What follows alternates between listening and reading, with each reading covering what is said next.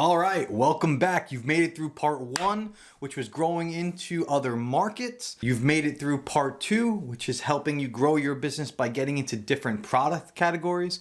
And in this video here, in part three, we're gonna be talking about one of the most important ways that you can grow your business, and that's increasing your closing percentages when you're giving out your estimate. So you're gonna wanna stay tuned and watch this one because it's a doozy. So let's get at it.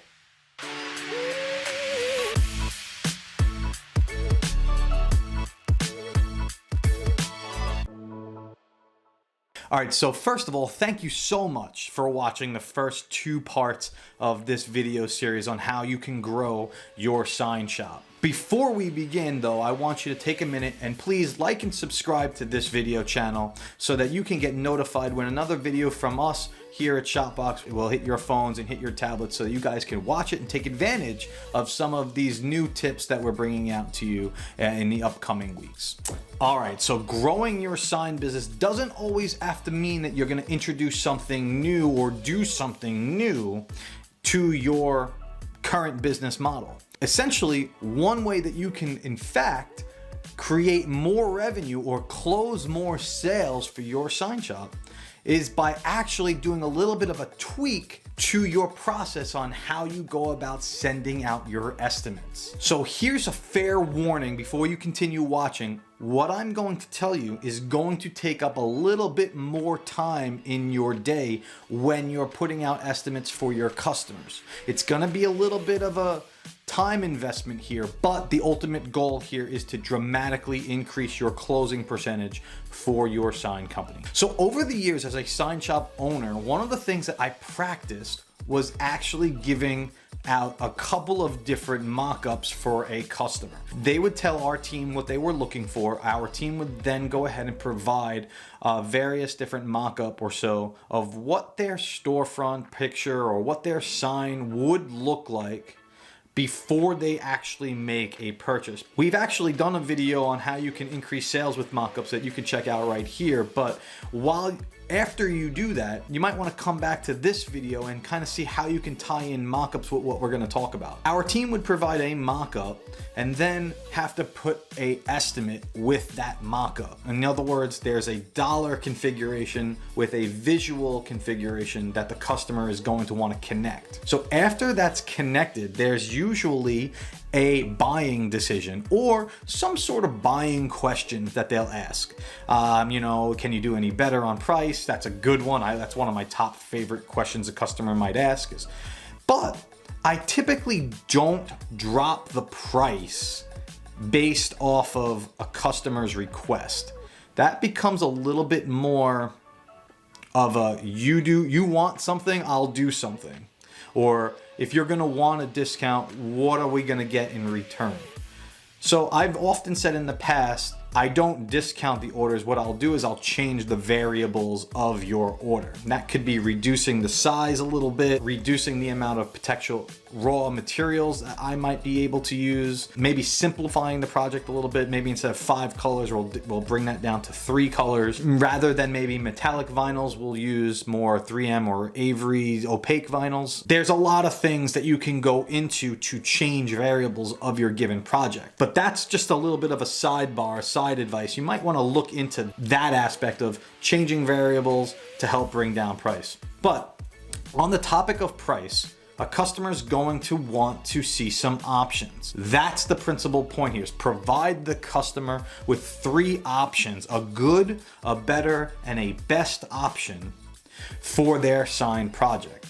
So like I said earlier, this is probably going to take a little bit more time out of your day to provide that. But if you can provide 3 solutions, a good, a better, and a best solution that is a solution for the customer, but provides 3 different price points for the customer to consider, you'd be surprised how often, because you have a good and a best option, that the customer doesn't want to significantly underpay and they significantly don't want to overpay, that they'll pick the one in the middle, the better option.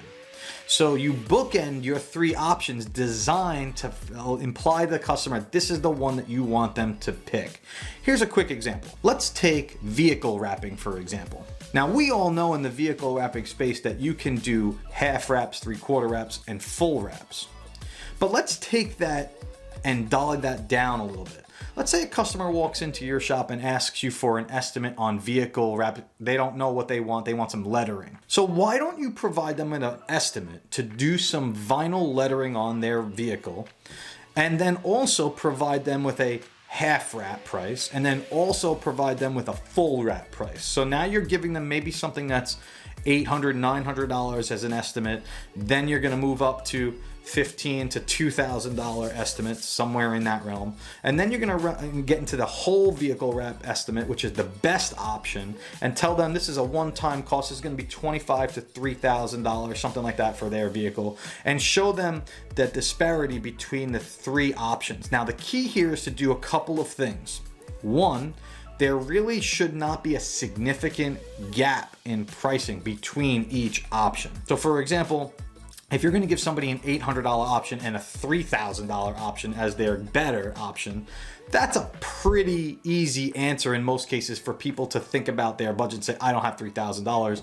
I'm going to just do this one for now, and I'll revisit that when I have the money. The key to this is to bookend your options with very incremental changes in price points. So somewhere between 20 to 25% difference between each option.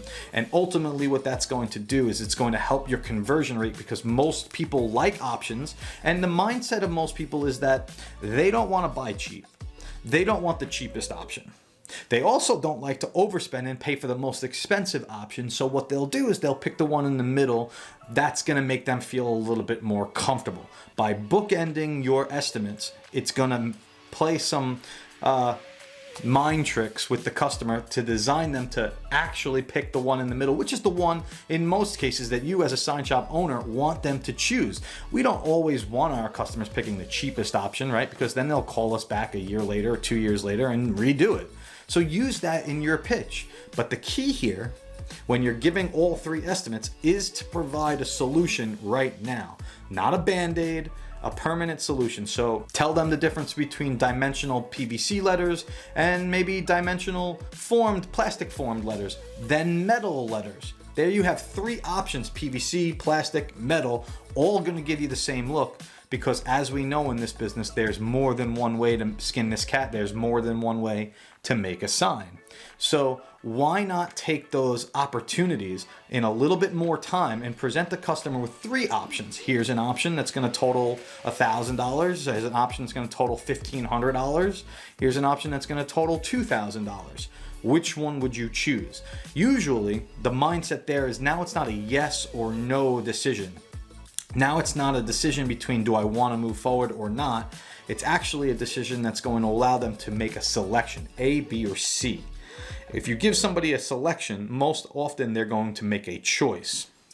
And it's up to you to help them navigate through that and what the benefits and distractions are of each option. Right? So that's your responsibility in that consultative approach that you're going to take with your clients, is that they may often ask you what your recommendation is. And it's up to you to be honest about it, because if you're doing the estimates correctly, you're going to want them to pick any one of those three. It's up to them, the customer, as to which one is right for them, how much longevity they're going to get out of it, what's the warranty that they're going to get out of it, what's the benefit cost-wise, is it going to be fluorescent lamps versus LED? Is there a long-term cost savings to this? Is it neon instead of LED? Is there going to be a benefit for them in any of your options there when you provide it to them? So provide the value, provide the options, and bookend your options to design them to pick the one in the middle, because that's what's going to help you and your sign company grow with more revenue, with more converted estimates. Now within Shopbox, it's very easy to create one estimate and then duplicate it and make a couple of changes there with your descriptions and with your product selections. That's going to make the time investment there a little bit more minimal to you, but you still have to take the time out to properly describe each of your estimates for your clients moving forward. So that's what's going to help you convert more sales. That is what's going to help you grow your sign company in the short term during this tough economic climate, by providing options to your customers, an A, B, or C, a good, better, a best option for them. It's going to make the biggest difference to your closing rate,